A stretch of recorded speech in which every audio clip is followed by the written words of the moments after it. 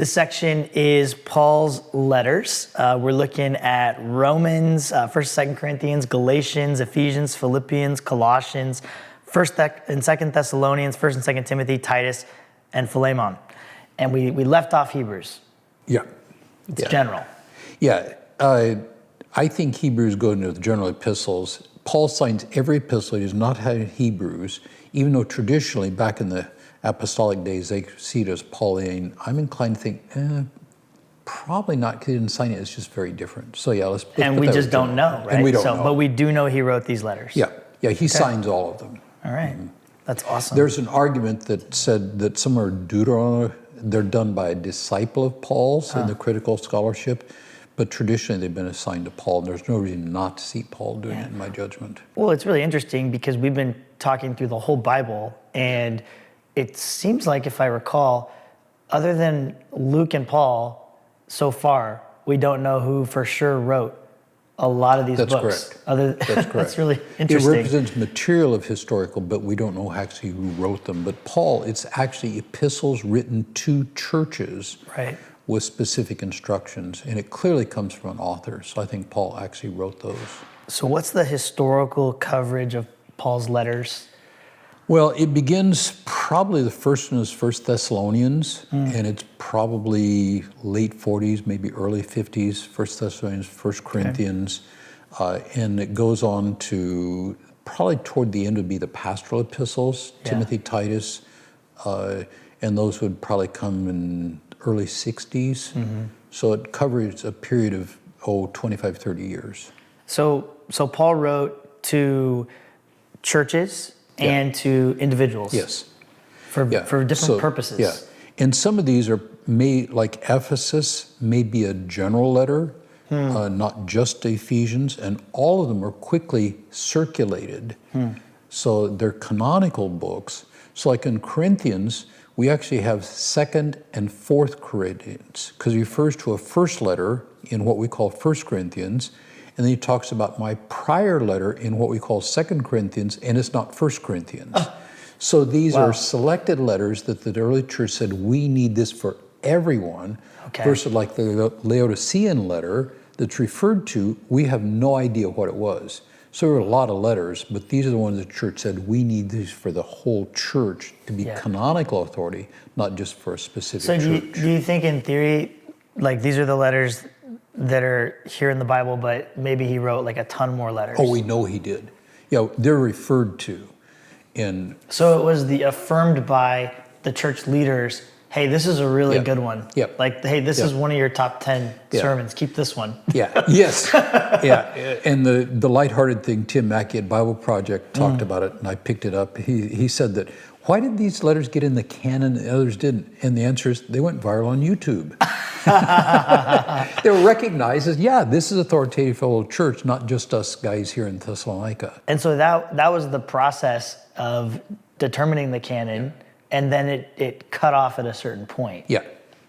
When the interpretation of Jesus is done, the canon is complete. Okay.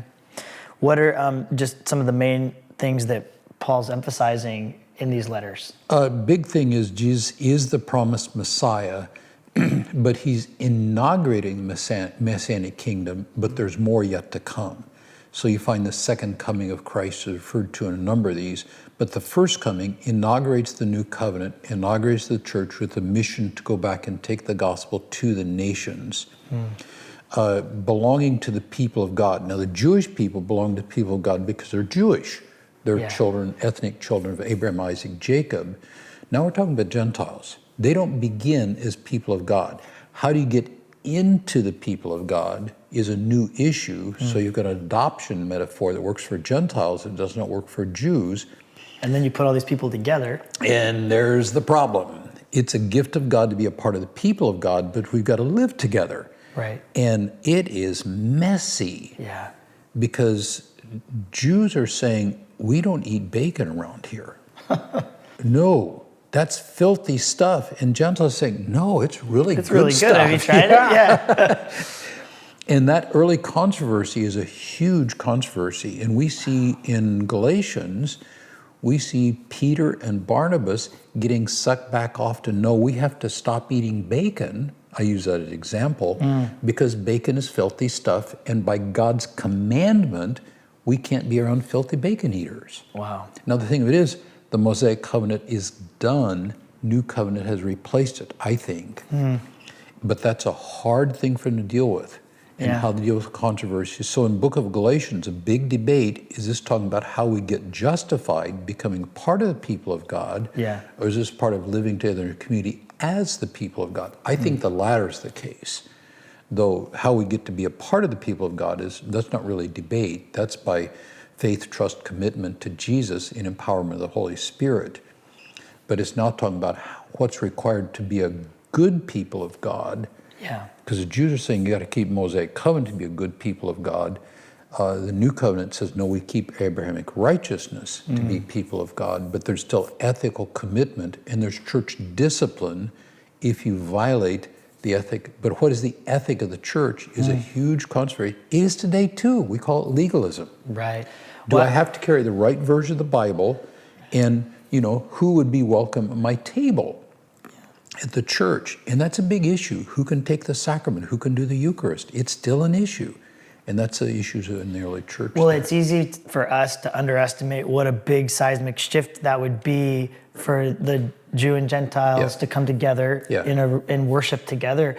But it kind of makes me think a little bit like most comparable to that in our context would be churches that are really healthy and strong with a lot of mature disciples that are also highly evangelistic, because you've got a constant cultural competing viewpoints coming together. That would probably be our parallel. It's parallel, and we find the same kind of thing happening today when we bring in a new convert into our community. We have traditions and culture.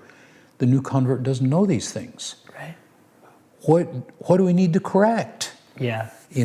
And it's a real problem.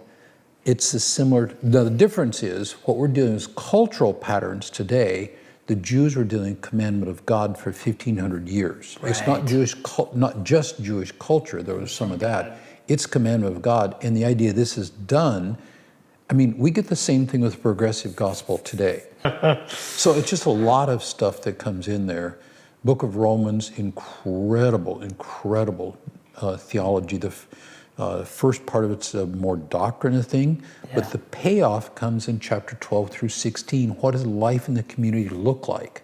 Yeah. And I get so annoyed with people that quit at chapter 8. Okay, doctrine is good, yay! But no, if you don't get orthopraxy coming out, you haven't gotten the real gospel. You've gotten doctrine. Okay, one more question. One more. On Paul's we letters. We spent a long time on this. Is a question, we did. It's a question just for fun. Yeah. Do you think Paul ate bacon? I do. You do? I do. Okay. Yeah. Now, he quit eating it at points when he's back in a Jewish context. I think he stopped eating bacon. We find that in Romans 14, for example. He said, if you're offending people and they're being troubled in the gospel, then stop eating for the sake of your brother. Yeah. Wonder what it was like the first time. Well, we get it in Peter, but that's back in Acts when God said kill and eat. But that's a picture that comes in that Romans 14 is life in the community. Don't flaunt your freedom just for the sake of freedom. Consider relationships in the community. And that principle is so important. But don't stop doing because some hard-headed legalist is offended because you do it. You confront them because they're bringing the gospel back to a tradition. Right. That's true legalism, is you're not a good person unless you do it my way. No, you don't get to do that. It's complicated. That's good. Thank you. Yeah.